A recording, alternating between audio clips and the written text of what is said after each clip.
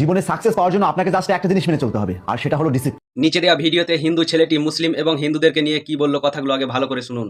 সেটা হলো ডিসিপ্লিন, যার জল জান্ত প্রমাণ ইসলাম ধর্ম। মাত্র 1450 বছরের মধ্যে গোটা পৃথিবীর প্রায় 4000 ধর্মের মধ্যে আজ দ্বিতীয় স্থানে অবস্থান করছে। আর তার একটাই কারণ ডিসিপ্লিন। জাস্ট একটু ভাবুন, প্রতিদিন 5 বার একই টাইমে পৃথিবীর কোটি কোটি মুসলিম নামাজে দাঁড়িয়ে একই সঙ্গে উঠা বসা করে, মাথা ঘোরায় এবং সেজদা দেয়। কোনো কিছু খাওয়া বা পান করার আগে কোটি কোটি মুসলিম বিসমিল্লাহ, কোনো চ্যালেঞ্জ গ্রহণ করলে ইনশাআল্লাহ, কোনো শুভ সংবাদ শুনলে আলহামদুলিল্লাহ, কারোর সঙ্গে সাক্ষাৎ হলে আসসালামু আলাইকুম প্রভৃতি একটা ডিসিপ্লিনের সঙ্গে ইসলামিক কালচার মেনে চলে। অর্থাৎ ইসলামিক ডিসিপ্লিনকে এরা সবার আগে প্রাধান্য দেয় এবং তাদের ইসলামিক ডিসিপ্লিন শিখায় পৃথিবীতে অন্যান্য বিষয় আর যাই হোক, ধর্মীয় বিষয় সবাই একত্রিত হয়ে সবাই একসঙ্গে প্রতিবাদ করো। এই যে নামাজ পড়ার আগে তারা জল দিয়ে উজু করে, সেই উজু করার সময় তারা একটা রুলস ফলো করে। ইসলাম ধর্মে কোনো এক ব্যক্তি মারা গেলে তাকে দাফন করার সময় একটা রুলস ফলো করা হয়। আর অন্যদিকে আমাদের ধর্মে প্রত্যেকটা মানুষ বুকে হাত দিয়ে বলুন তো, আমরা কজন সনাতনী আছি যে সনাতন ধর্মের কালচার এবং ডিসিপ্লিন মেনে চলছি? বুকে হাত দিয়ে বলুন তো, সনাতন ধর্মশাস্ত্র অনুযায়ী কারোর সঙ্গে কথা বলার আগে নমস্কার দিয়ে শুরু করতে হয়। এই রুলস কজন ফলো করি? কজন সনাতনী আছি যারা নিয়মিত দিনে অন্তত মন্দিরে একবার গিয়ে ভগবানকে প্রার্থনা করি? কজন আছি একাদশী বা জন্মাষ্টমীর সময় তা পালন করছি?